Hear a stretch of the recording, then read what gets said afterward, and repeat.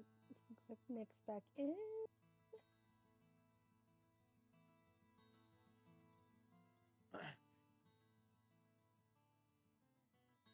Let me know when you're ready.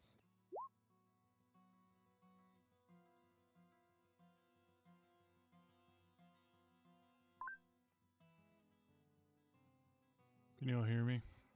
Yep. Yep. Loud and All clear. right. Welcome I back. think I'm ready. Yeah. I don't know what the fuck happened. I'm about to yeet this piece of shit out the window. Anyways, I'm good to go. Okay. Alright, so let's jump back in now. With all of the shopping completed and the errands, the intel gathering on quests, we cut to Lan, who's making his way to where Kieran has his hideout set up.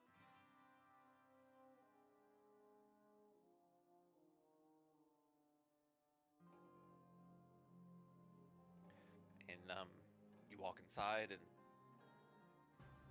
you you cross through the entryway into the shimmering barrier that is the veil of his entrance, and you see that he's sort of over at his.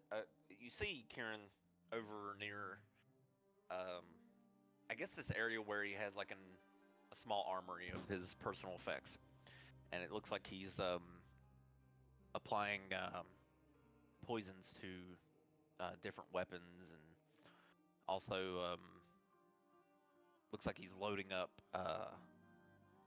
like a utility harness with a few powder bombs and things of that nature.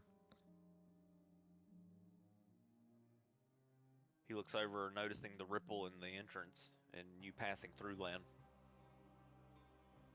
Ah, well, looks like you didn't bleed out overnight, so that's good.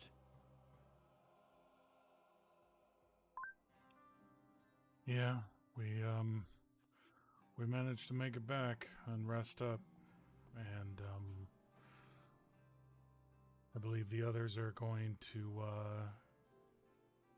speak with the city council and some other people about some jobs, trying to pass the time while we wait for this tournament to start, which I think we're going to take part in. But the reason I'm here is to kind of more talk about the mandate, and we need to figure out if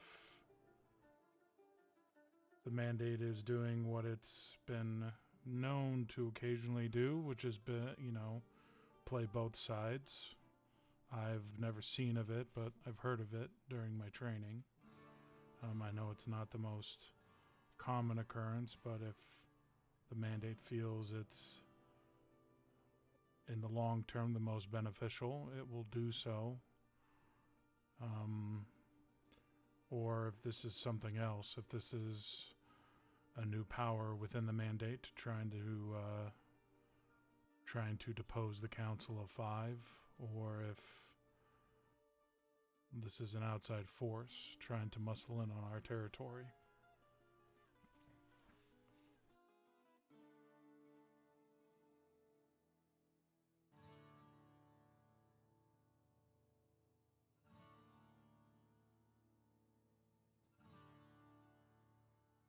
Sorry, just had a sneezing fit. Kieran, Bless you. thank you. Kieran looks over. Oh, well, straight to the point. The mandate thrives on neutrality, or so we have been told to believe. And playing both sides isn't a flaw, it's by design. We aren't knights. We aren't bound to people like Lord Greywater or the House of Thorn. We're not zealots. We're not chasing ideas. We're shadow brokers, ensuring no one grows so strong they balance the tips too far. And he pauses. But if you think that makes us untouchable, think again. Power is a tempting thing, even for those who claim to walk the middle of the path.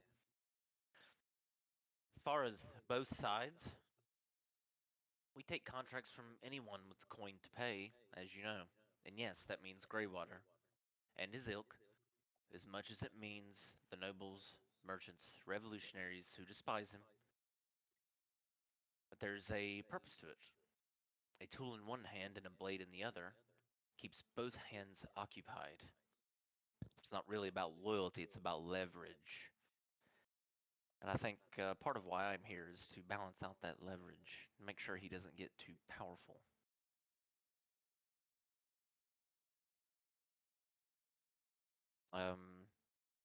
We're holding all the cards, if that's what you want to hear, but I'm not in a position of authority to tell you anything of a new power. His voice lowers a bit. You've been listening to the wrong whispers, or maybe the right ones, depending on how you look at it. The Council of Five has ruled the Mandate for decades. Their names hidden even from most of us. That secrecy is what keeps them safe and us effective. But you're not wrong to ask. I've gotta admit, Lan, lately I've heard murmurs of someone bold enough to challenge the council's authority. And maybe it is ambition. Maybe it's desperation. Either way, if it's true, they're playing a dangerous game. If they lose, it just won't be their neck on the block, it'll be ours too. Perhaps that could be someone who is able to enter the ranks of the Mandate, such as Calder Voss. He shrugs. There's only so much I can possibly know about this. Even what I've told you is still purposely vague as we like to operate.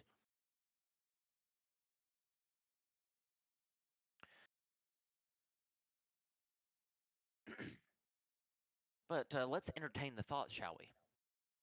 Let me make it very clear. If there's a coup brewing in the Mandate, then it's not just about power.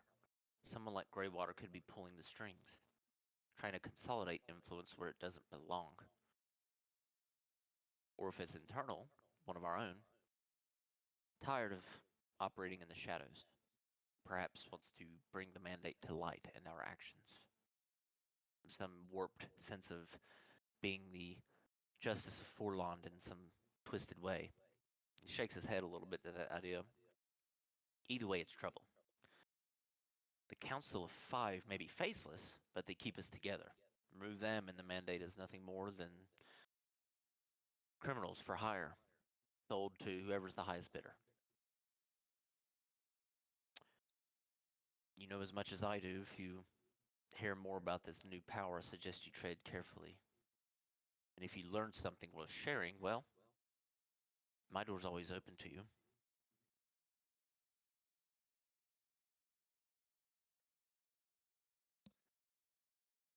How did he, how did Calder get your mask? That's one thing I have yet to understand. You said you lost it. As you may well know, I'm new to this. I've only just recently been wrapped. I didn't even know that it was possible to lose the mask.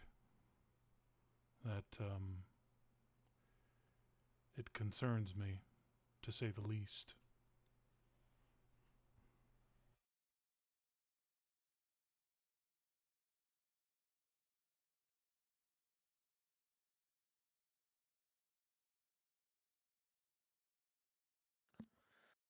He embarrassingly looks down, and then the mask sort of hanging around Kieran's neck, and he sort of looks down at it.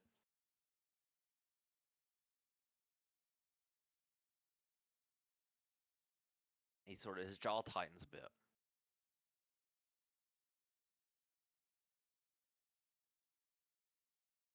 I suppose there's no point in really pretending that you didn't see what you saw. The masks, they are not meant to be taken. Each one is tied to its bearer.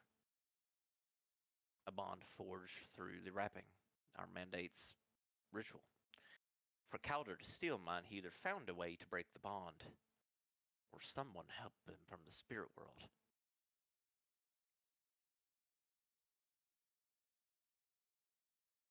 They're not meant to be removed without severe consequences. Yet he managed to do so.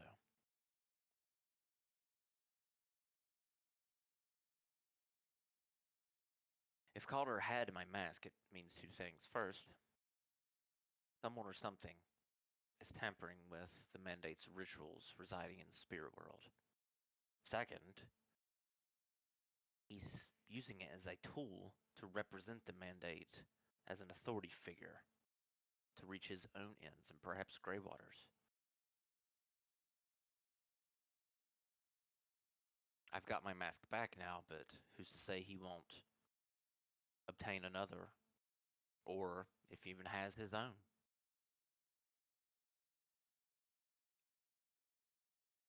I'm more along the lines of eternal sabotage when it comes to this. The bond breaking can only happen from the spirit world. Someone with access to it, the ritual, someone with knowledge of the council's ways, and in that they must have helped him.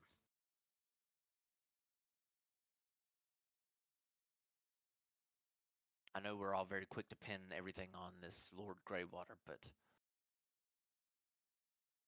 I don't know how deep his reach goes, but if it reaches within the spirit world, perhaps it also reaches through the demon world. I have a Where hard time. again, he says, where again my knowledge is limited. Go ahead.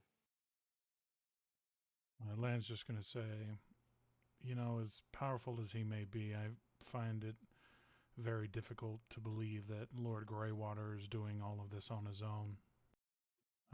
In fact, I highly doubt he's doing this on his own. He's definitely getting help from someone. He's smart, he's calculating, he's charismatic, he's cunning, but all of this by himself, I don't believe that for a second. He's either being given instructions or he's being gently pushed in the right direction. He is not the true mastermind or the true leader of this. I don't know what the hell you want to call it, this insurrection, this rebellion, this whatever the hell's going on. That is what I believe.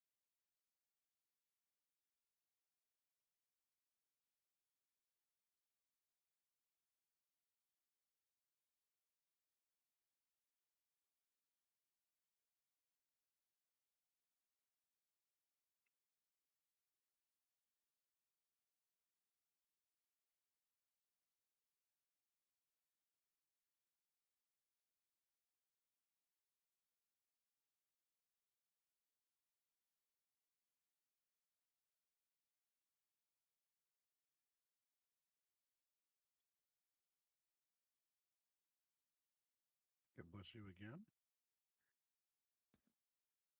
Very very troubling because I think Greywater has sent people, well, an adventuring party to conquer the tournament. It's very clear now that he has the protector blueprint, he is going to go for the fastest and quickest means of crafting it.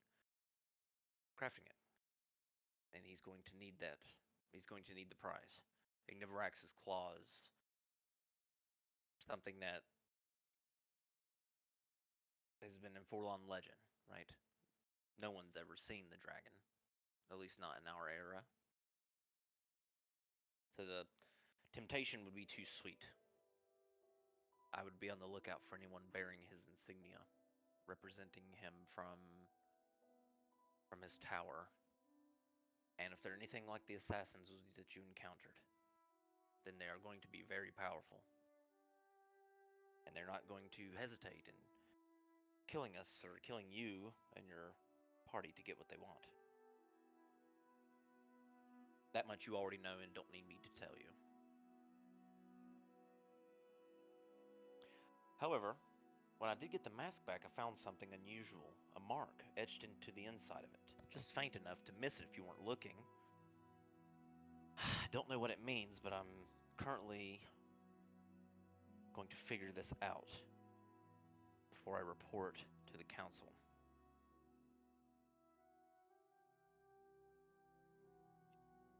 Does the mark seem to hinder your use of the mask in any way? No, it's still mine. Still allows me to wreath in shadow and disguise my identity, but maybe this was part of it. Maybe more members have something like this mark in their masks as well, and this is what allows it to be stolen. That is my working theory. So that is what I'm going to be doing.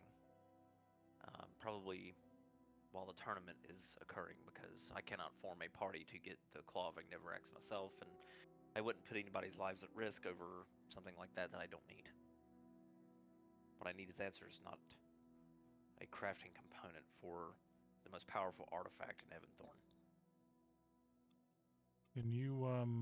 Can you describe this mark for me? And as Lan is asking that, he's going to kind of pull his own mask forward to where he can see the inside of it and kind of start looking for what Kieran describes. I guess then that would lead me to ask, does Lan see a mark as Kieran describes it on the inside of his own mask?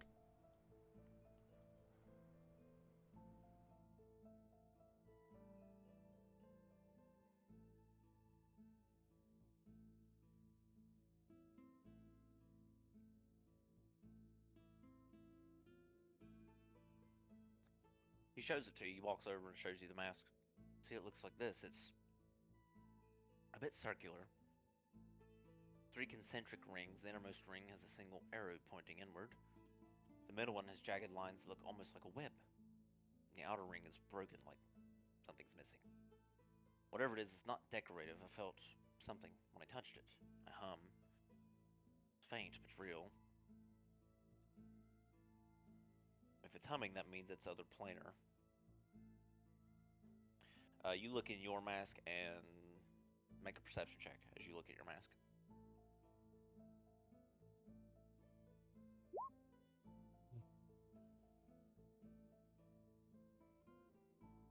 You don't see the marking that he's talking about. I do have an image of it though. It's more like, it looks kind of like a very, very small dream catcher, but I think I've got a blown up image of it in a handout.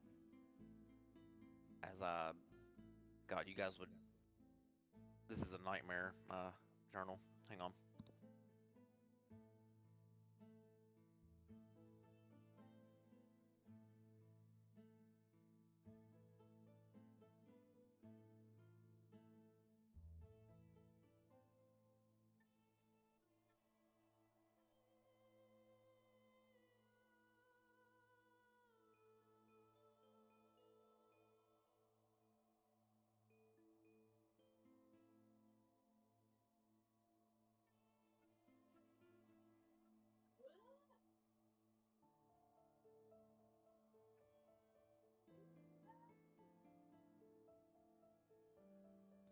the liberty of drawing it. I took the liberty of drawing a larger picture of it, so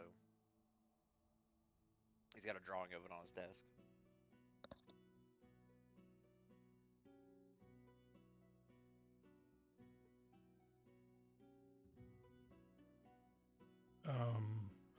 Lan is going to take out just a little notepad type thing that he has and a pencil, and he's going to quickly sketch the symbol and then put his notepad and stuff away.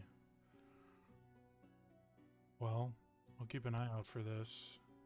Actually, can I make a history check to see if Lan has seen this symbol before? Go ahead.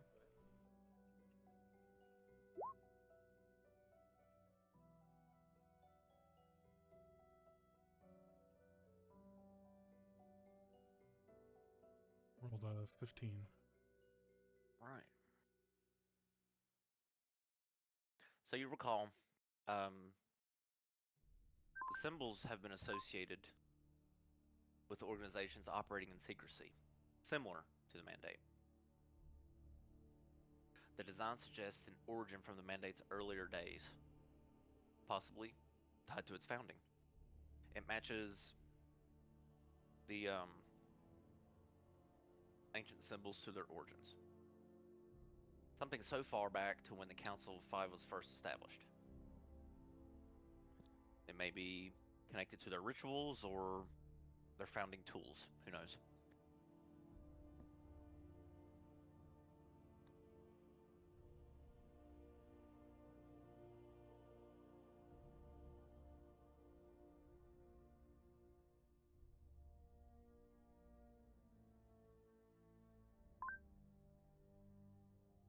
All right.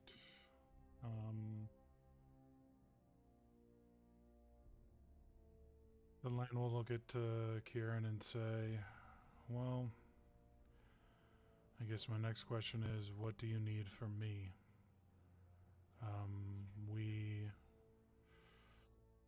We plan on entering the sewers to, I believe there's a couple quests from the notice board. After last night especially, we kind of feel the need to get a win under our belt again. So, and seeing as we have approximately a week to kill time before the tournament starts, that is where we will be heading, in case you need to get in contact with me. He looks and says, well, it's simple. What I need from you, which you're not. I am in no position to order you, but if you're willing to help, then I need your ears open and your wits sharper than Calder's blade. Whoever helped Calder disrupt the mask's bond is still out there, and I intend to find them.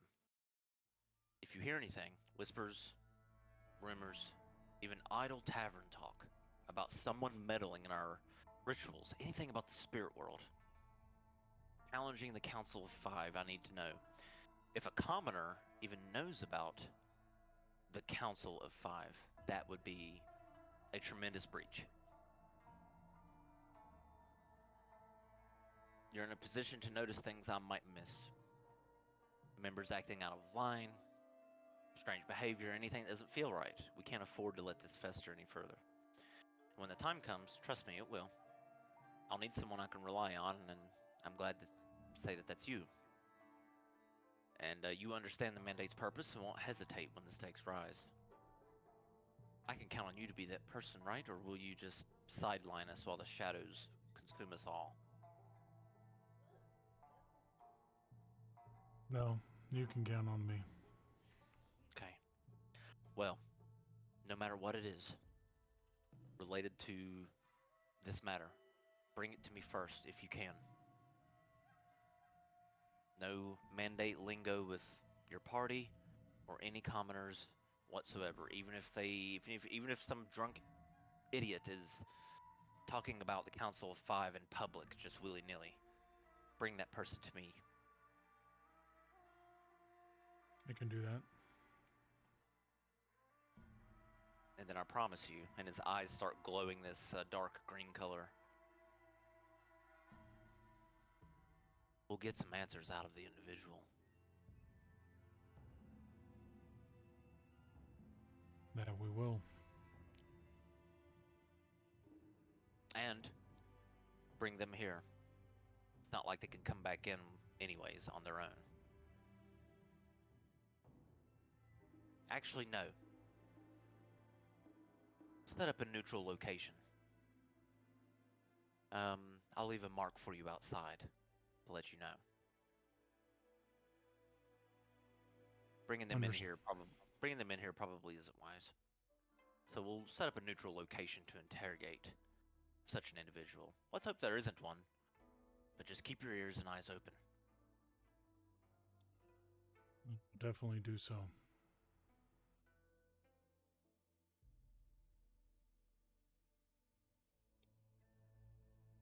And then if Kieran doesn't have anything else to say, then Landwell, after he says that, he'll nod at Kieran and then he'll leave Kieran's place and he'll head back to the Salty Siren to meet up with everyone else.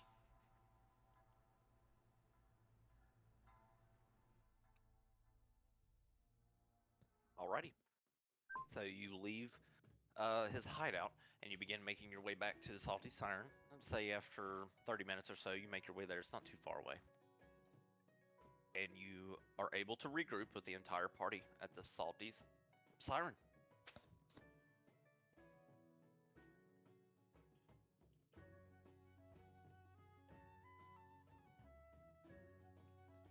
Alright. A few hours later, it's still a bit, it's a little bit more busy now at the Salty Siren now that you've handled your errands and so forth, but I don't have any extra tokens on there.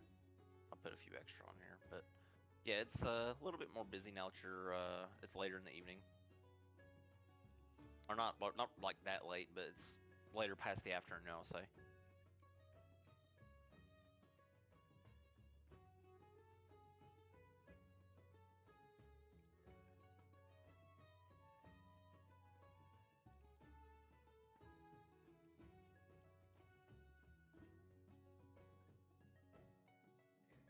Is it around 1 o'clock? 1 p.m.? Yeah, we can expedite the time to that. If there's nothing anybody wants to do until then, I'd say it's around 11 or so now, so it's only a couple hours away from your pickup time. We also needed to go to the council hall to accept the past sewer job, but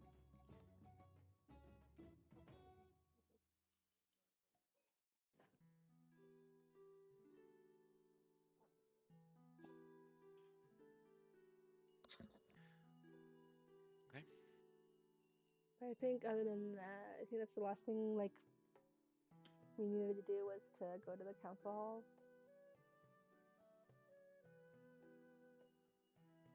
But I think other than that, then I'd pick up Taven's fan and then go to the sewers. I think is the plan.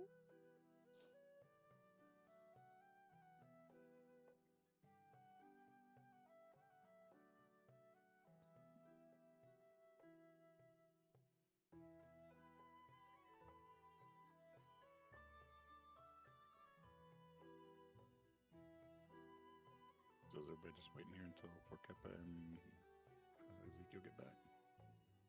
What it sounds like. Okay.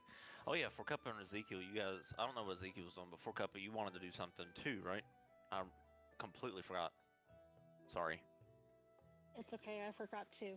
Ezekiel was going with me to the council to talk about the sewer job. Oh, that's right. Let me bring up Reinhold's governance here. All right. Yeah, because I think we all forgot, to be honest. Okay. So you're going going to talk about that job. Okay. So you make your way to the council building. I don't have a fancy name for it, but it's in here somewhere. I think I have. This is why you write notes. And I do. I just gotta bring up my notes. Handouts, locations, Brian Hall. Here we go. All right. All right. So Lord Garrett Thorne is there. You probably won't be speaking to him though. Let's see. Probably Master Calden is the one you'll want to speak to, since he's the law and order Quillwright of the area. Yep. So, yes, you'll be heading to the Chief Magistrate wing of the council, sort of palace, I will say. We'll call it a palace for now. And it's not overly busy as not this hour, but you do make it to that wing of the palace, and you see this halfling, and he sort of looks over. Let's see. What has he got to say?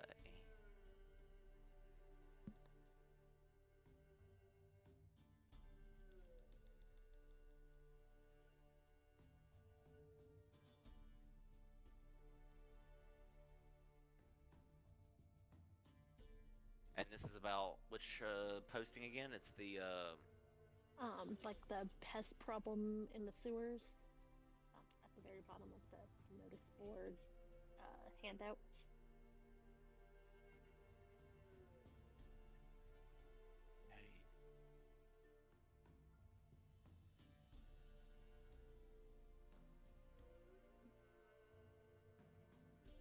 Very well. Okay.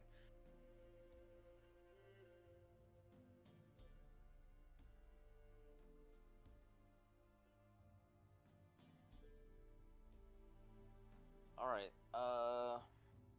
So it's a really orderly space. You notice that first. There's bookshelves lining the sort of this barracks-like area, law codes, city records, and the halfling sort of seated behind this heavy desk, scribbling notes and a ledger. His sharp eyes dart up as you enter for Cuppa. He sort of adjusts his spectacles. He leans forward and says, well, you must be here about the pest problem, are you not? Not everyday adventurers take interest in such matters. Or are you here about some pirate ruffians that aren't my business? No, I'm here for the pest problem. My friends think it would be fun to see if we can get some of the rats cleared out, if it is rats, and earn a little money on the way. For something to do. I see. Well, the sewers have been long plaguing Brinehold, and if we can get that cleaned out, we could definitely restore many of the city's functions to proper working order. And they've had their share of vermin always, but this is something else. Like, reports from the guards suggest there's unusually aggressive rats and strange ooze-like creatures down there. Even the sight of myconins and humanoid figures. Okay, that's good to know. Well, they've disrupted. They've disrupted the maintenance down there, and obviously the guardians that we have set down there are inoperable, or else they would be cleaning out the rats themselves. So if you could check on our guardian constructs and potentially reactivate them, that would probably help you down there. If you're able to reactivate them for us, that would be a great help. But keep in mind, they will view you as an intruder as well. How would one go about reactivating them? I'm going to assume that their power modules were taken out, so you'll need this. And he gives you this small, like softball-sized orb. It's like it's not glowing at all. He says just drop it in there, and when the color changes, when you drop it into the back of their neck, it'll show you at the base of the neck, like where the upper part of the spine meets the lower part of the neck. He says just drop it in there. There's a spot that when you drop it in, it should cover it, and the color will go red. That will mean it's starting up. You have precisely 1 minute before it turns green, and when it turns green, that means the construct has awoken, and it will then continue its previous given order. So Okay. whatever that is, it will do, and it will not do until one of the guards go down to issue a new order. Okay. Good to know. We'll take that and see if we can reactivate at least one of them. But it also said on the posting that there would be 10 gold for each nest cleared. How would we let you guys know about the number of nests that we clear out, or is it just you're gonna take our word for it? How does that work? Well, here's how that'll work. It'll go on the honor system. We don't know how many nests are down there. Last I heard, it was Okay. 3. Last I heard, it was 3 rather big nests, but who knows what it is now? No one's been able to clear them out, and we can only assume the pirates haven't come back to clean anything out. And with the Right. guardians down, let's just face it, there could be more than 3 at this point. So, honor system, you tell us how many, and when we go down to see if it's all been cleared out, we'll take your word for it. How does that sound? We'll pay you accordingly. That sounds a lot better, because he, and she'll wait for handover to Ezekiel, likes to collect body parts to bring back, and I don't want to do that, so that's Well, a much better option. if you can provide some sort of way to identify the source of what caused the infestation, let's say, for example, it's a myconid. If it is a myconid, then they must have a sovereign which controls them all. If you can kill the myconid sovereign and bring me back something from the sovereign, something that only some part of their anatomy that only they have, then I'll add 200 gold coins for identifying and clearing the source. Okay. Cool. Which, and in the event that it is a massive infestation of myconids, if you kill the sovereign, the rest of them will die. So if you can find a way to get to the sovereign first and take it out, you may have an easier go of it. But even in their colonies, you wouldn't have such luck. They protect the sovereign like it's their mother. I mean, that makes sense. But if you bring me back something tangible, I'll toss in an extra 200 gold pieces for you. Awesome. Another question. Sure. Another question here. So I saw a couple jobs that were down in the sewers. One said it was in like the lower sewers. Is that kind of in the same area, or are those two different things? I'm just not familiar with the whole setup of Reinhold as far as what areas are called what.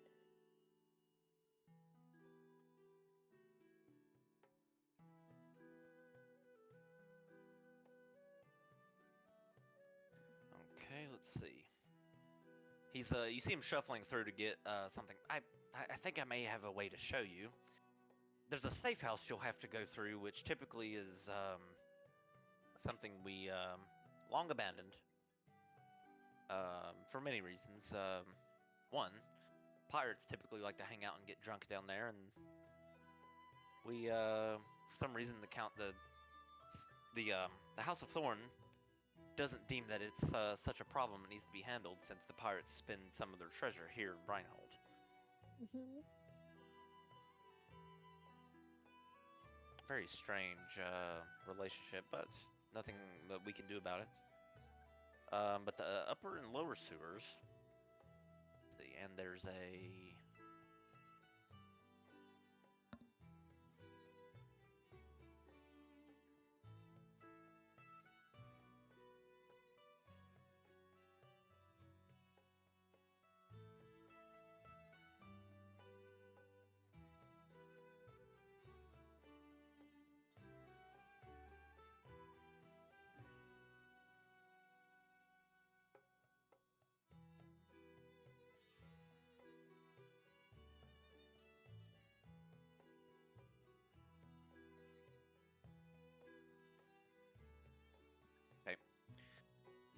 So he kind of unfolds this surprisingly big map. It's got the entire sewer system of Breinhold. And he's looking over it. Okay, see? Look, if you look right here, and he begins to point out some of the areas. After he unrolls it, the sewers are a little more complex, designed to support the city's growth over generations, but the safe house is the staging area, typically occupied by maintenance crews in its inception. It's near the entrance, right here, and serves as a hub connecting the upper and lower levels. Reports suggest that it's been overrun, though, as well as the sewers beneath, so if you wish to make it deeper, you'll have to secure the safe house first. Now, the upper level is the main thoroughfare here. Larger tunnels that handle most of the city's drainage. These are navigable and relatively intact, but don't mistake them for being safe. Rats of the size of dogs have been spotted there, and other pests I'm sure you may have heard of. Mm-hmm. Oozes, too, don't forget that. The lower level is much older, more unstable, and far more dangerous. Okay. The waste is settling there, and it's where the most of the recent problems seems to originate. And previous reports from adventurers who didn't make it so far and cowered their way back suggested that they heard chanting and some humanoid sightings, not just in the form of myconids, but something that they could not describe. Yeah, chanting is usually not a good sign if you're down in the sewers. That seems a bit sketchy. And the air gets quite thick too, so it's going to be hard to breathe. Okay, good to know. The job for cleaning out the pests is not just all the sewers, or just more pleasant, you can call it that, out of the different levels to the top layer. Or is it just the entire thing that you want us to clean out? Top and bottoms, or lower levels? Well, we've narrowed down the most likely origin point of the source, which may contain the Myconid Sovereign or whatever this horrific chanting is all about. I hope there's not some sort of crazy cult down there practicing their dark arts. However, if you're able to make it here, and he'll point out this area here, the lower sewers have been flooded out before. And the water levels can completely overtake the lower sewers. So, what I would do is make sure you look for these alcoves and grates here and here.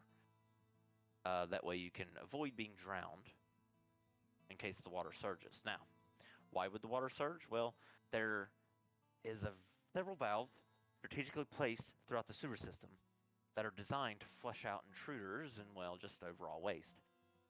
If you're able to open the valve, you could probably just wash out any of the intruders that are there. But my money is that the places where the valves are probably being watched or protected, or otherwise covered by myconid overgrowth or spider webs.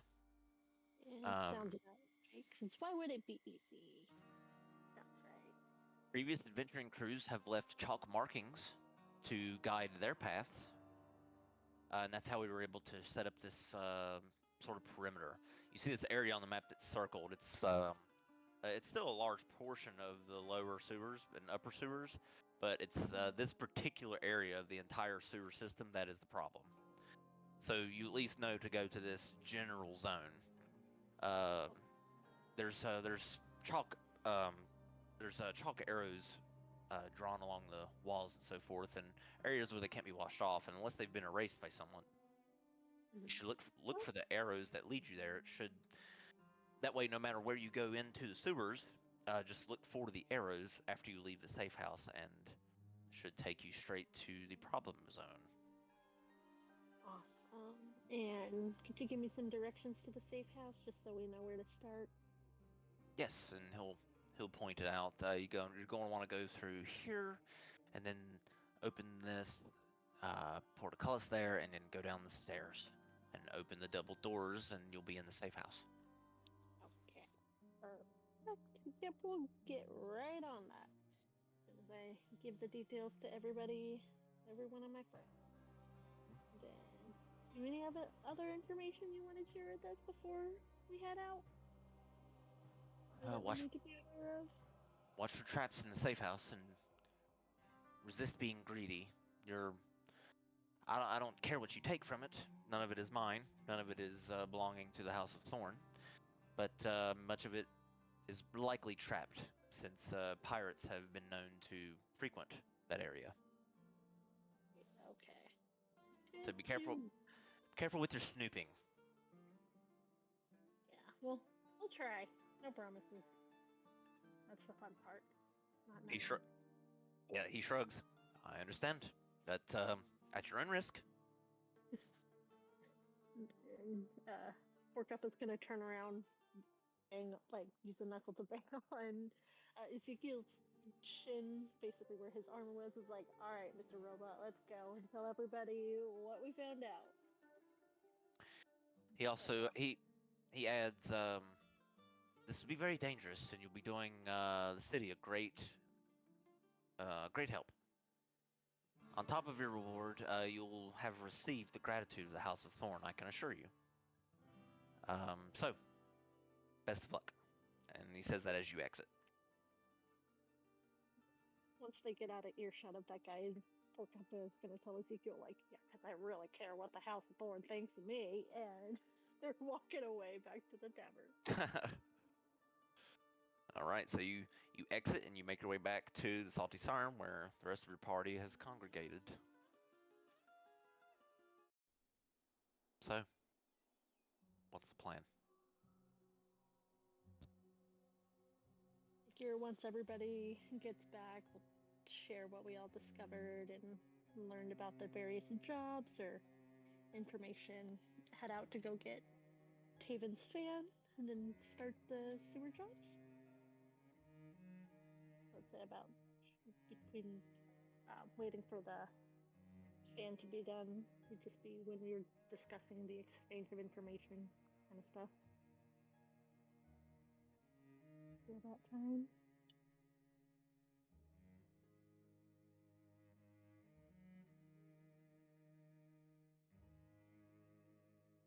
Good summary.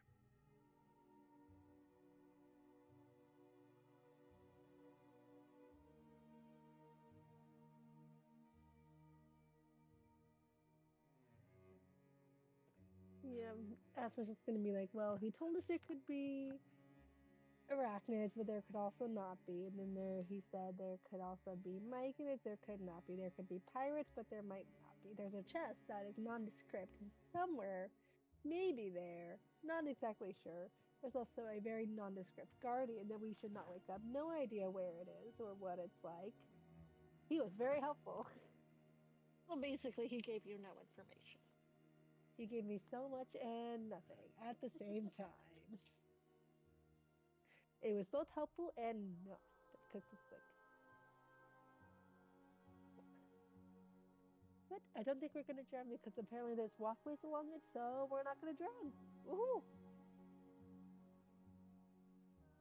Oh yeah, there could also be pirates there. There may not be, so. Expecting everything and nothing.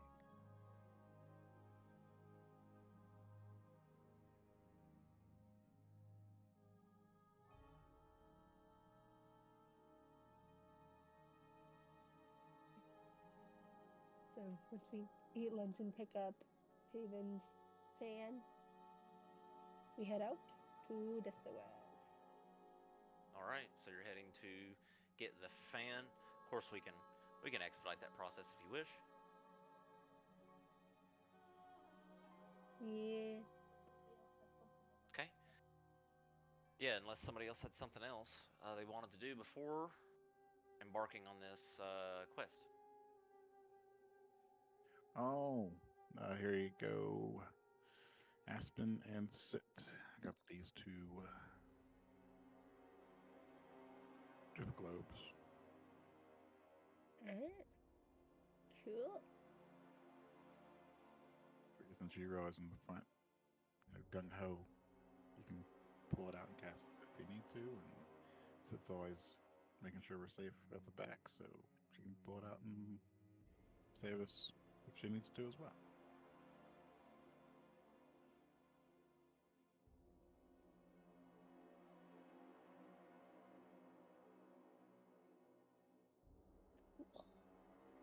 Thank you.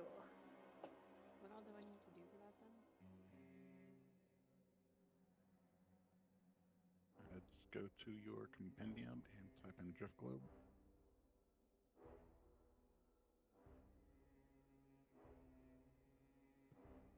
Yeah, just load up type in Drift Globe there, and then just drag it over to your character sheet as it's open on your screen, or I can do that for you if you want. It matters not to me. Let me see if What?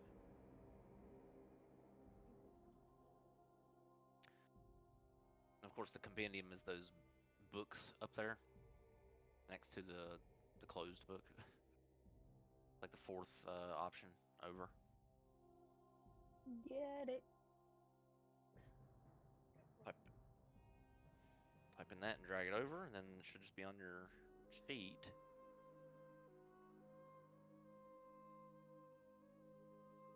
Okay. Taven will, for brevity's sake, will say that you went and got your fan. I think, yeah. Okay, you went and get you go and get your fan.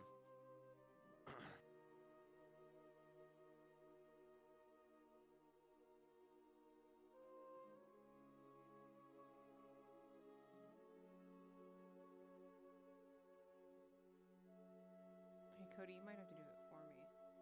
Sure. Oh, Let me. it's blocked compendiums? Is that what I'm seeing? Oh, hang on. Let me see what this is doing here.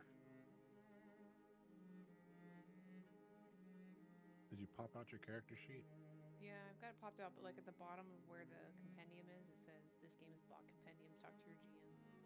Yeah, you have to close out the character sheet and then bring it back up in the handouts. And before you pop it out, then you can drag it over. I put it on your. It's on your inventory. Thank you. Yep. Now don't forget the handout for the Drift Globe.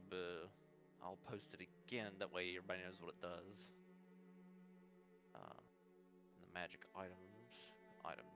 magic items. Yep. So yeah, you can cast the lighter daylight spell with it. And you can speak a word to make it hover 5 feet off the ground. Cool. And if you move away from it, it'll just automatically follow you, using the most direct route to do so.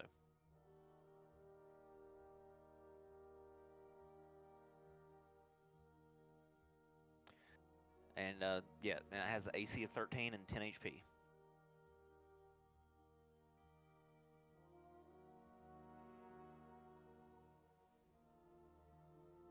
But while it's if it's in daylight mode, it's going to be too bright to kind of see, so it'll give an attacker disadvantage on trying to hit it. Kind of like looking directly at the sun trying to shoot it.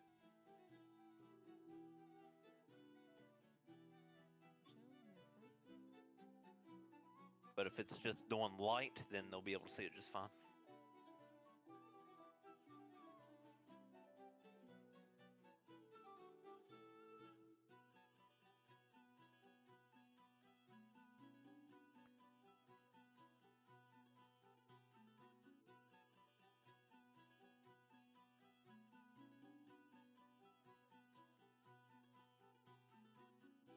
Really effective against any drow.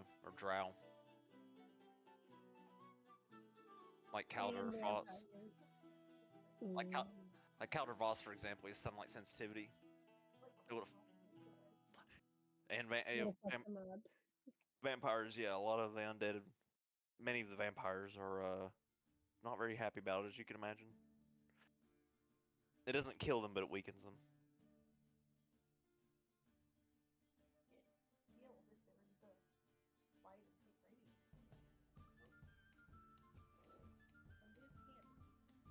Okay.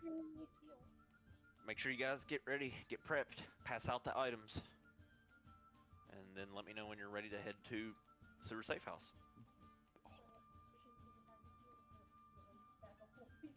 The bag of healing. Let's see. I think for right now, since everyone has at least one, and I think we are good on storing them in the bag of healing. Holding. Not the bag of healing. The bag of holding. I'll give everybody one extra potion bag of healing. That takes care of all 8 potions of healing. And who are the squishiest ones? They'll get the graders. I know I'm squishy as hell.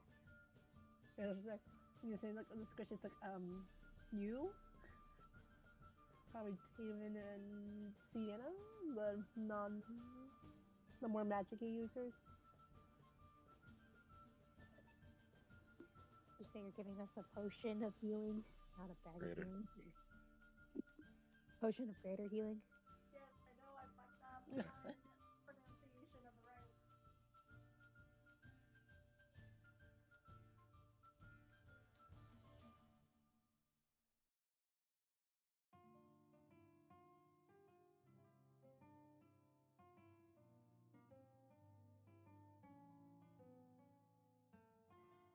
Everybody gets one potion of regular healing. Then the squishy ones, there's 4 to split.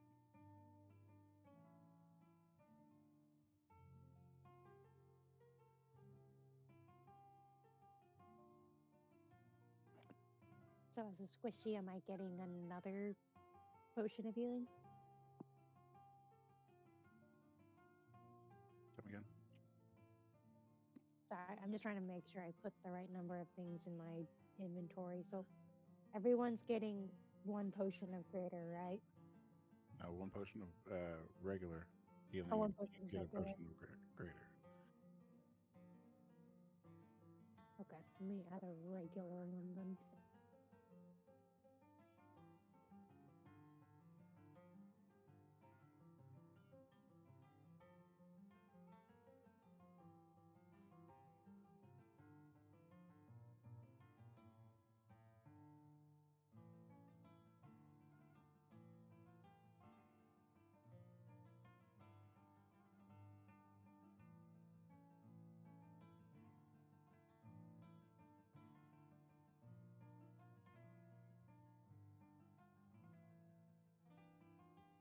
All right.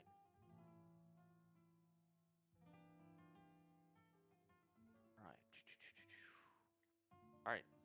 So if the items are passed out, you guys make your way across the city, following Forcuppa's directions. Everybody long rested? Just the squishies get regular graders. Make sure your stats are reset if you're long rested.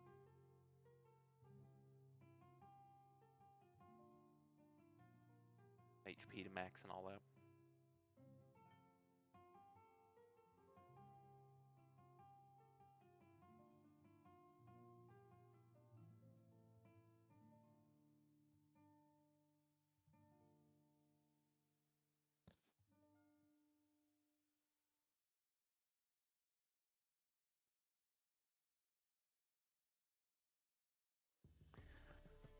Okay.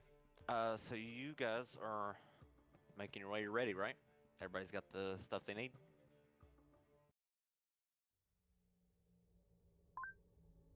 Believe, yeah, we are good to go. So can I run to Fizz Gears and grab the Cloak of Billowing for funsies really, really quick? The Cloak of Billing, yeah. A little billowing, because that just sounds fun. Yeah, yeah. If you want the Cloak of Billing, was it like I'll just 100 make gold? it says 20. 20 gold. Yeah, it should. It's kind of a Just very quick. cosmetic item. It's fun to be extra. Yeah, I mean it's like I said, it's it's very cool. If you want to stand around like you're Superman or something. Dramatic effect, literally. I thought about getting it, but I'm pretty sure I already have a cloak of some sort. I think all of us have cloaks. Yeah, as part of your adventuring gear, there's I mean, you can wear them or not. Like your regular cloak would just be like a regular brown or black cloak or whatever you want it to be, whatever color you want it to be. Like It we goes all, on your all shoulder. have the, sorry. No, yeah, if you do, it doesn't take up attunement. Especially the billowing cloak. It's just like a funny magic item. Funsies. Yep. Mhm. Like we're standing on a mound of corpses. You can just make it billow, and it makes you look cool. So would that give you disadvantage if you try to be a big mushroom in the middle of the forest or in the middle of a field? The guaranteed Beyonce effect. Oh God, give it back. No, I'm kidding. All right. Can they be interchangeable? Can you like find a magical tinkerer that you can have like the cloak of shimmering tides that we all have on one side, and then the cloak of billowing on the other? You can have it modified to where you can do both It's features. reversible. Yeah, or that. Yeah, if you want it to be reversible. I mean, it just you just in my settings, yeah, you go to the person and ask them if they can do it, and then I'll let you know. Cool. Something like that. Yeah, that could be done. Probably not too expensive either, like because you're just doing the billowing thing on the reversible side, so Maybe probably wouldn't be more than like 35 gold or something to have that done to a cloak. we should all just do that before the Coliseum. Walk out with billowing cloaks. Oh, that'd be badass. The smoke machines and shit. Fuck it, fireworks, entrance themes, make it all. Now I have to get thaumaturgy. Well, you have a bard. It's true. All right. Anyways, we're getting off topic. On topic, but distracted. All right. So you guys are making your way. Aspen's new cloak of billowing around her myconid form and her big ass shovel. You guys are making your way to this portcullis opening um, that you open up, and you can freely go in. Um, as you can clearly tell, most of the sewers are there's guards placed um, at a lot of these areas, but you notice very immediately that there are no guards at the entrance, and you make your way in. Anything interesting on the air or smell or Perception check. audible clues?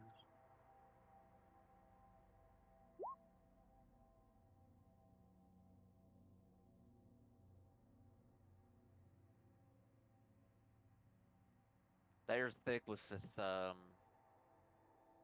like a well, I mean it's a mixture.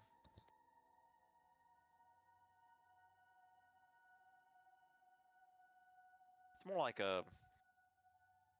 it's a very still, thick air. This really deeply unpleasant odor. Like you smell decay and rot. Smell sort of stagnant water and these sort of acrid chemical smell all at once. As you make your way, let me make sure the lighting barriers are set up. They are. Okay, let's get to it. Before you drop your tokens, drop them over here, please. Somewhere like right here.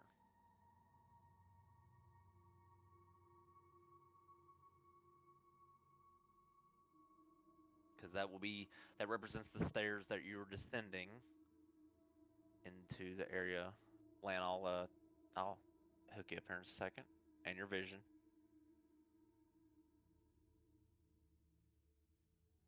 Just type it in the chat if your vision's screwed up. I'm trying to get through it here.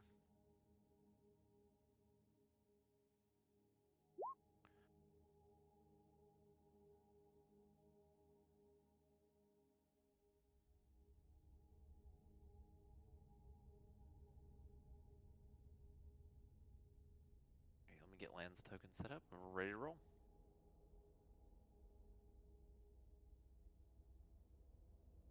And you have dark vision, I think, yeah, because of you're an elf. Correct.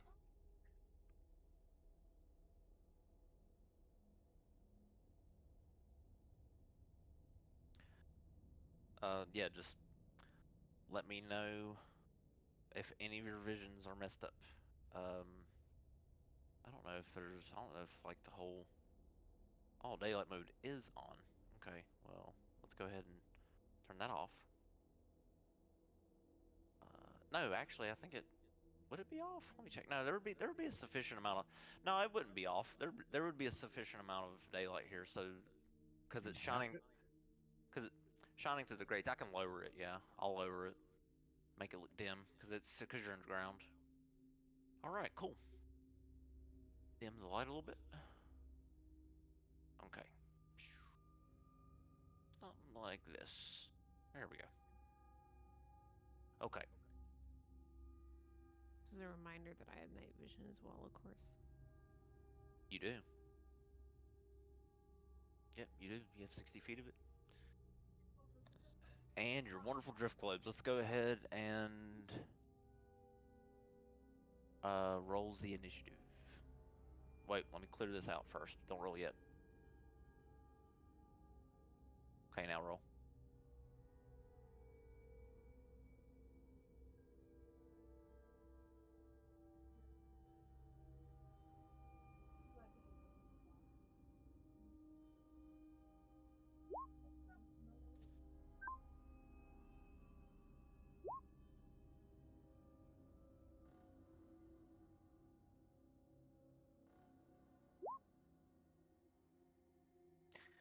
Ezekiel, if we're probably going to be in the sewers for the next session, so Ezekiel will just hop in whenever, but for now we'll just roll with you guys. Wow, dexterity tiebreaker. Both of you, Sienna and Taven. So, yeah, so even if I sort it multiple times, it switches you two. So I'll let you both decide which one of you wants to go first in initiative. I Rolling. vote to go second. You can roll if you want, but Oh, we got to do another roll. I would just rather go not first. okay. So Taven, you're first unless you don't want to be first either. I don't think I'm gonna win that argument, so go first. It's fine.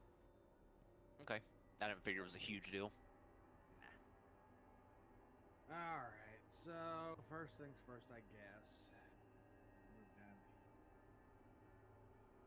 Are these grates safe to step on? It looks like you look down at the grates and um, as long as you're not running, uh, yeah, they're okay to move across. Okay. Then I want to see and investigate what's on the table. Okay, investigation check.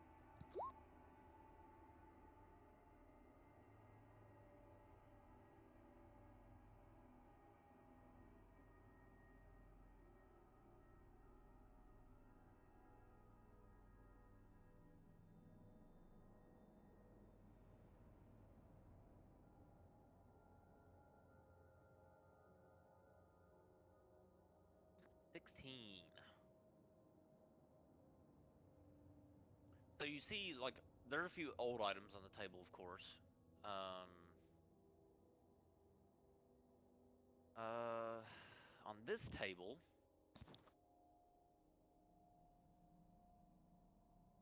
there's like this damp, damaged piece of parchment, part of a map showing a part of the lower sewers. It has like this crude X marked near what looks like a waterway. I will You be hanging on to that. okay, you also find pirates' tools, like a small rusted lockpick set. It's usable, but you do so at disadvantage. I'm not sure how much you would need that for. And there's a hidden compartment here that you find. There's a loose tabletop here that conceals a small empty compartment. Um, it looks like it may have been used to hide valuables at some point because you see that it holds a faint trace of gold dust. Okay. Well, I will be taking all of that because that's going to be extremely useful. And I'm going to carefully, with the parchment paper, put it into my bag. Okay. And then I'm going to use my rest of my movement, and I want to look at this table. We'll just use the. Well, no. Go ahead and roll investigation. This wouldn't be waterfall because it's a different item. On this table, you look around and you see these. You do catch like like those tables that somebody looks like somebody took a dagger and like carved all over the table. Yep. Or at least on the end of the table, and you see some initials. You see random initials. You see crude symbols that are carved into the wood. Probably, and they don't look like they have any form to them. Just looks like somebody bored, maybe was just sitting there stabbing it. There's a spilled inkwell. And there's stains and remnants of this cracked inkwell that sits there, suggesting maybe the table might have been used for writing or record keeping. It seems. Regardless, don't pay any attention to cosmetically what the items have on the map, okay? Because it's not representative of what's there. There's a broken clay mug, shattered and covered in dust, has this faint smell of this really stale ale lingering on it.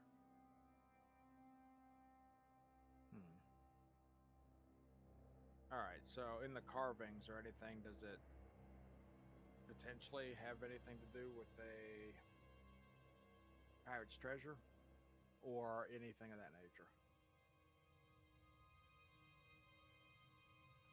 History check, I guess, right? Sure.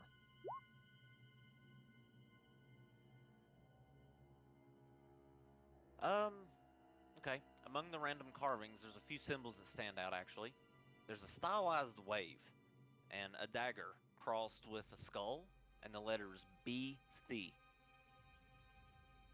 Um, you recognize this as the Black Tide Corsairs, a notorious pirate group known for smuggling and raiding operations, sort of in this region down here. You figure they probably use this place as a base at some point, which doesn't come as a surprise to you based on the intel your party gathered. Okay.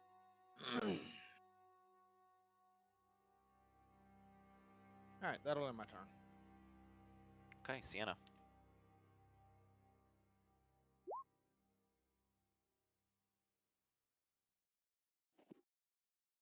Right. Guess I'm just gonna move a little bit first.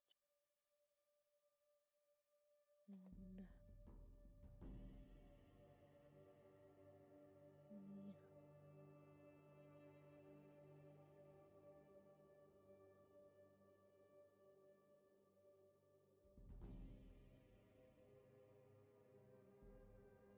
Doesn't seem to be anything particularly interesting over here. When you enter this room, you look sort of in the center of the chamber, and there are two sets of stairs to the right and obviously to your left, and they descend down to this lower area that gets a little bit lower to the water there. But actually, no, hang on. Or I guess can I Oh, these are look upper. inside the water and see if there's just anything in there?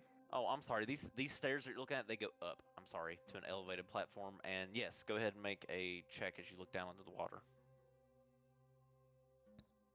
I guess would that be perception? Or Yeah, what do sorry. you need to roll? Yeah, perception. Because you're just kind of glancing to see if there's anything there. You do see that little. You see the little boat or the little dinghy, I guess. And there's like a coiled rope and looks like a wooden buckler and a trident just resting in it. But nothing of value sticks out to you. You look down into the water and it looks murky, muddy. It's really hard to see through. Yeah, But I'm it mainly smells. just trying And to, the or I smell. guess I could clarify. I'm mainly looking for like monsters or something that may come at us. You don't notice movement in the water. You can smell the smell of rotten acrid. It's much more present in this area here. That's lovely. Cool. I'll probably just come back a little bit, and that'll be my turn. Okay, Fazir.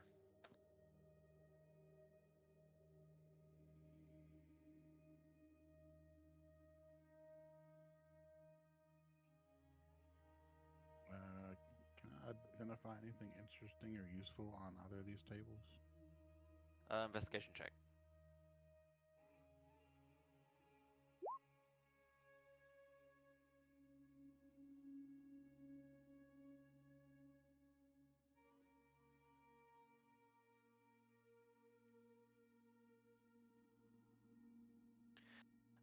This table, the tables over here. Don't like I said, don't pay attention to anything that's actually artistically on there, but you see scratch marks kind of along the edge of the table. Like there's these claw-like marks going across the top of the table. There's a broken chair here. The table by the broken chair is like this old. You see this moldy playing card stuck to the surface of the table, suggesting perhaps there's some gambling going on here or something. Um, Now you do see a marked deck of cards set off to the side, and the table here looks like it's covered in dust, mostly undisturbed. But you do see a small iron key on the table, or in one of the drawers. I'm going to place the deck of cards and the key in my bag of holding. Okay, the deck of cards, you take a glance at it, they look just like a normal set of playing cards. Yeah, it'll help with drinking games. Yep. It's not the deck of many things, trust me. Alright. That'll be the end of my turn. Alright, Lan.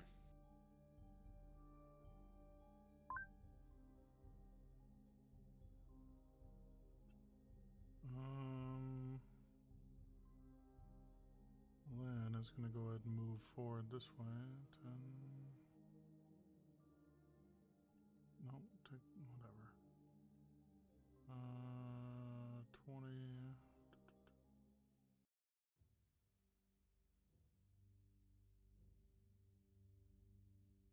So Lan, those go up. The stairs go up, just for reference.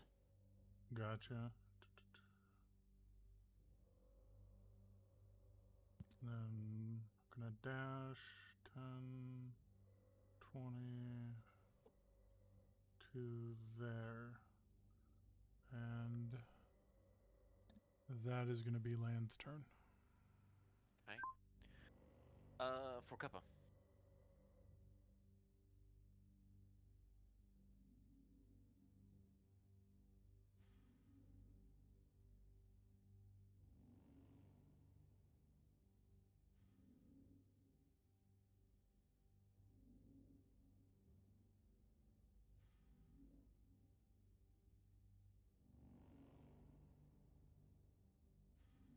I was muted.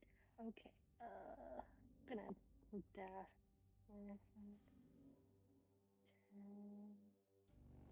Yeah, I'll go up on the other side.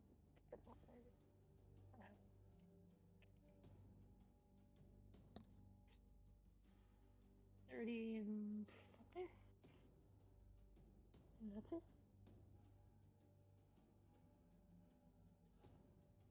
Right, Aspen? Okay.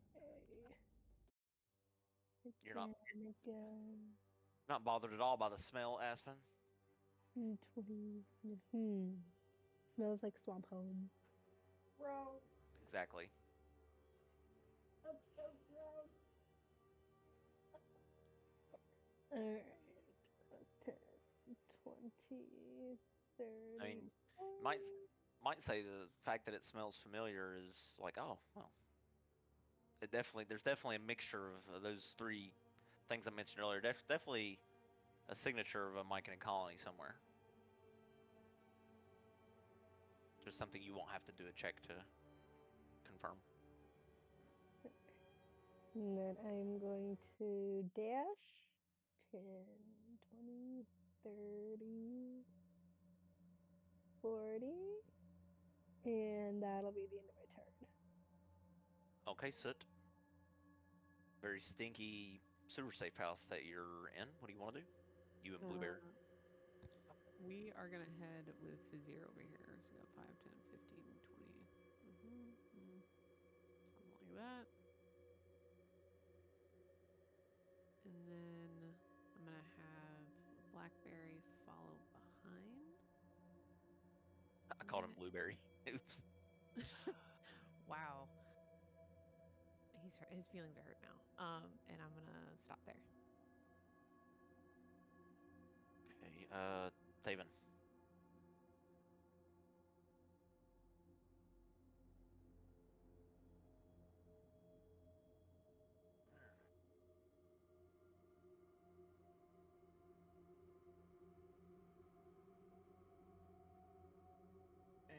going to try to go across this board here. Okay. Let's see. What's this? Board is very narrow.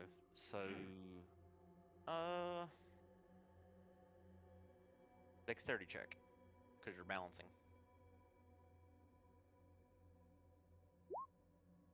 Okay, you make it across without disrupting the plank or slipping off. And you think you can see that rat. Yep. Mhm. Yeah, you see a rat, a giant rat over here eating something like its head is like sort of burrowed into like this pile of broken boards. It looks like there's some crates that are smashed up against the wall down there.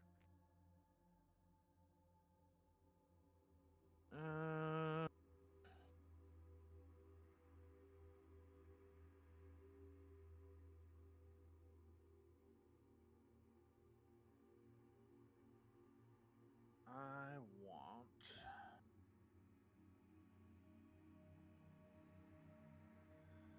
to try to catapult this crate at this rat. Okay. Go for it. Because why not? All right, catapult. So he has to make a save or gets hit by the crate. Okay. He fails. So you do 15 points of bludgeoning. This crate sort of lifts up off the other crates sort of resting on, and the dust shakes off of it violently as it goes flying through the air. The rat it just shrieks in pain as it dies. I'll end my turn there. The sound of the rat dying is my new ringtone now. Thank you for that. Yeah, your turn. You hear a rat screeching from around the corner of the south there. What do you want to do? I guess we're all splitting up. I guess I'll come back into this room and follow where the majority of people seem to be going. 30. And I guess I will use my action to dash. Okay. Wait, okay, let's try that again. 5. 30. Alright, and that'll be my turn.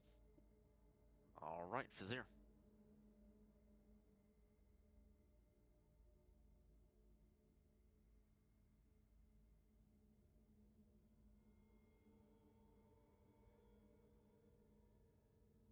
I'm gonna firebolt that rat. Okay. The rat does spot you as soon as you turn the corner, but you hit it with a 25. Roll damage.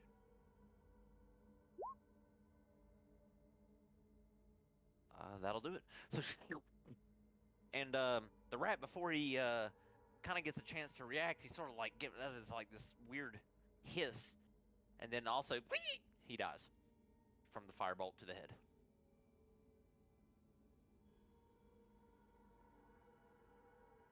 I'll look back and like, there's the rat. And then I'll finish the rest of my movement, and then there. So you just see Fazir blast something out of view, and you hear a rat squirm, or her rat shriek. And Lane, it's your turn.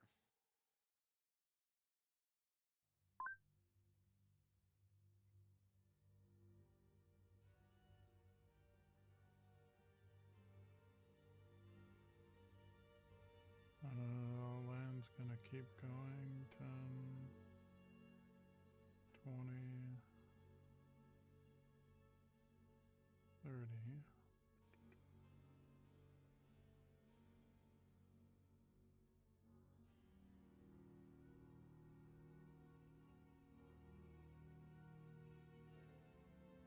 I think Land's going to... Yeah, he's going to stay there and just kind of crouch down and just kind of keep an eye on... Just let his eyes slowly wander over the area, just watching for signs of trouble. After hearing the rats die from behind him, just kind of keeping an eye out for like possible reinforcements, and that will be his turn.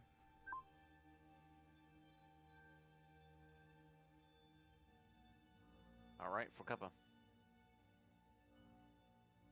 Keep moving. The rat squelches do echo a little bit, but they're not. They're not that big. Like a dragon roaring. What? Going forward. Okay. Use my action to dash again. 20, 30, and that's it. Okay. Aspen. Alright. Gonna move 10, 20, 30, 40.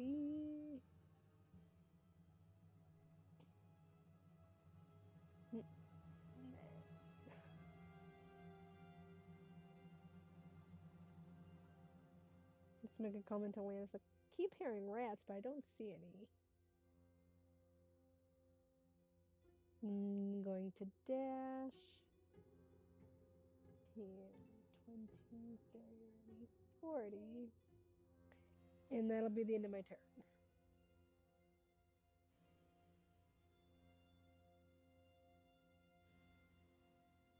Okay, Soot. Right, I'm gonna follow Fazir here. So we got 1, 2, 3, 5, 6. Go behind. Can I check to see if there's any fish in the water? Sure. Perception check as you gauge, as you sort of gaze down into the channel there, see if there's any sort of marine life.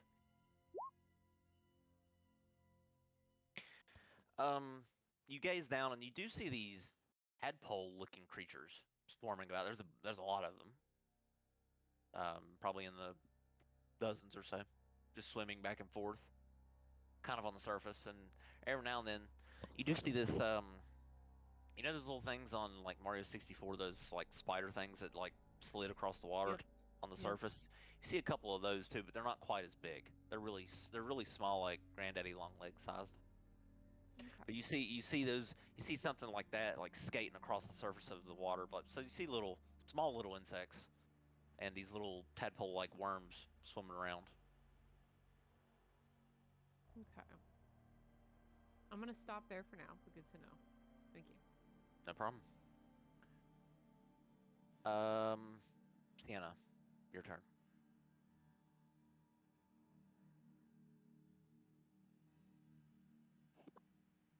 Alright, guess we're moving onward. 20.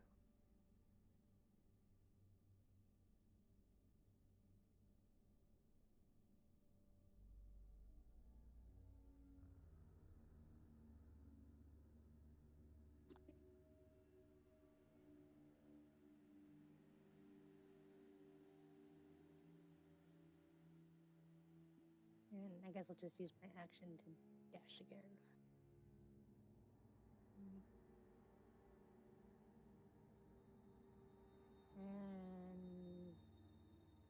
I think that'll be my turn. Okay, Taven.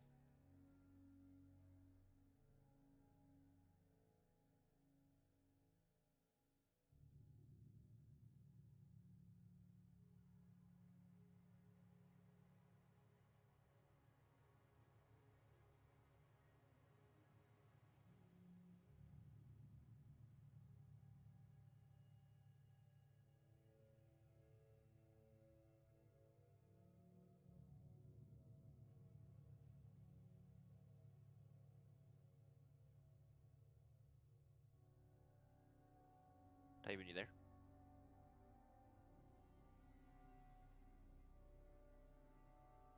Here I am talking away and I'm mute. Do that all the time.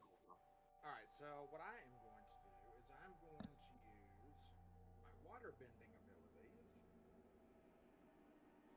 And I am going to use my shape water to freeze the water. Wait, you're gonna do what? I'm gonna freeze the water. Okay. Where at and how much? Going to freeze so it is a range of 30 feet. Okay. So I'm Where's just your- going to move first. Okay.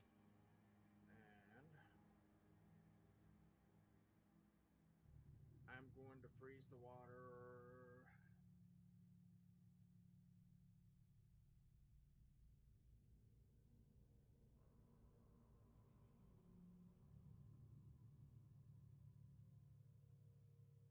Like that. This general direction right through here. How do you manage to do that? It's like some sort of bending spell thing. Shape water. Okay. Shape water.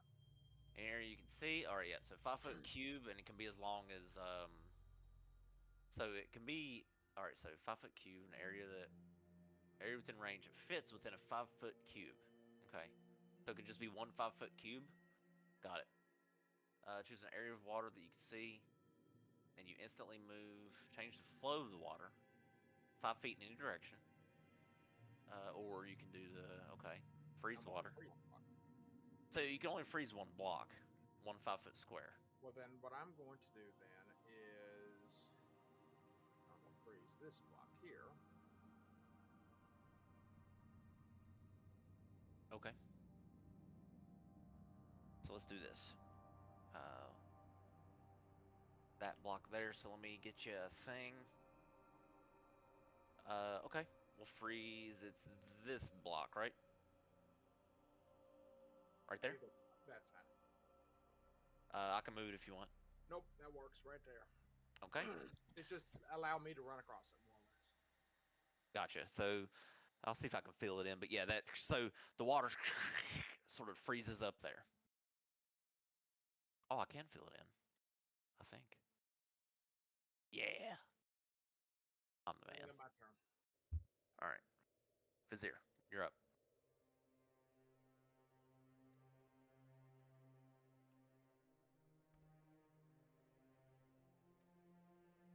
Is all of the map art BS?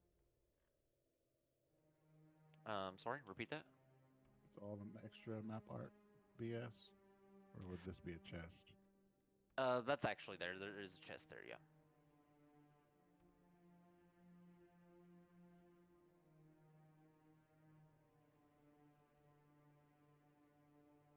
Turn explorer mode off. Sorry, y'all. There we go. All right, so you move up to the chest. What do you wish to do? Check to see if it's locked or trapped. Investigation.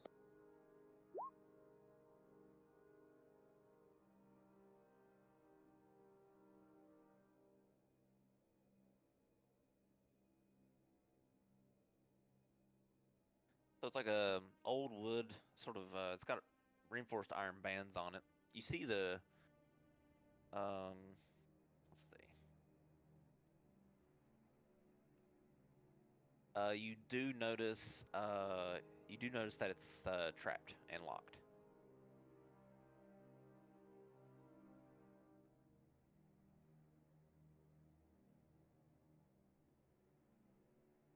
Would I know what kind of trap it is? Like magical or mechanical?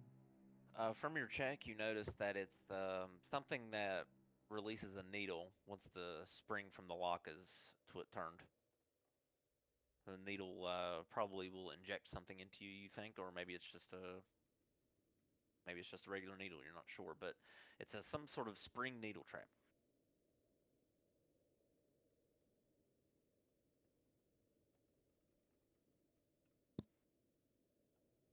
I will. Does the iron key that I picked up, does it look like it'd fit into the keyhole? Uh, let's see.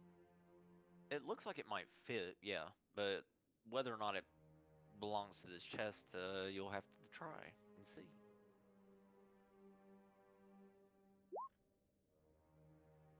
I'll cast Mage Armor on myself and have to put the key in and turn the lock. Okay.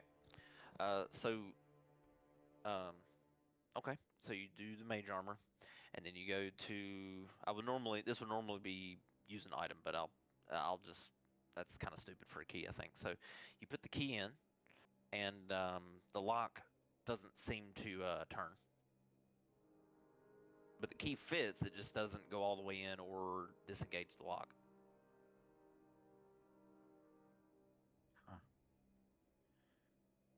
Well, I'll turn around to sit and be like, I can't get that lock open. So it's all yours if you want it. And I will do planked bridge. That'll be my turn. Okay. No check for a 2-plank crossing. Land your turn.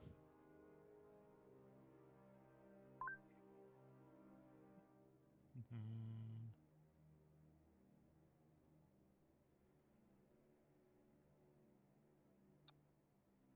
Lan is going to head up this way, and then he's going to dash 10, 20. He'll get to right there. And that will be his turn. All right. Lan, as you sort of walk into that area, you like as you walk into this area here, like right in the middle of this narrow pass, it's almost like, you know that feeling when you walk straight into like a spider's web but you don't see it? It like Yeah, you peels. just feel it. Yeah, it's like you feel these tethers peel across your face, and like, you sort of bat at your face as if you walked straight into some sort of web, but you couldn't see it initially. In your turn? Are you ending your turn there or no? Can I make a perception check to see if I, like, after feeling that on my face, Lan's gonna like stop and really start taking a look around the area he's in now to see if he can see any more of what he just walked through. Sure. Make a perception check. You do also. So you look around, and after wiping it sort of off your mask and stuff, you look around and slowly realize up against the sort of in between here, there are, as you look up, there are webs strewn across the ceiling, which goes up fairly high, like 20, 25 feet or so. And then not only do you see that, you see this pincer-like mandible glaring down at you, and this creature with this deep purple sort of uh, exoskeleton as an ettercap sort of clasps its jaws together and it sort of and you can see the rest of the webbing that he is sort of torso up in begins to vibrate and spread throughout the ceiling of the sewer here in different random spots. The webbing isn't tethered together so much, like all together, but there's spots where the vibration seems to carry over on the wind and vibrate the other patches of webbing. The creature looks down at you menacingly. I think you guys have seen an ettercap before.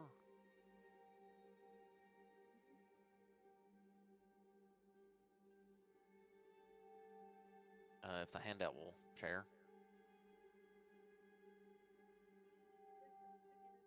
See that ugly penguin-looking creature? Yeah, I was there for a second. I'm sorry. What about now? There we go. Yeah. We don't have time to fight it unless you guys want to go into a little bit of overtime. But this will be the end of the session since we're at 7. Unless you want to fight it. I'm DFW.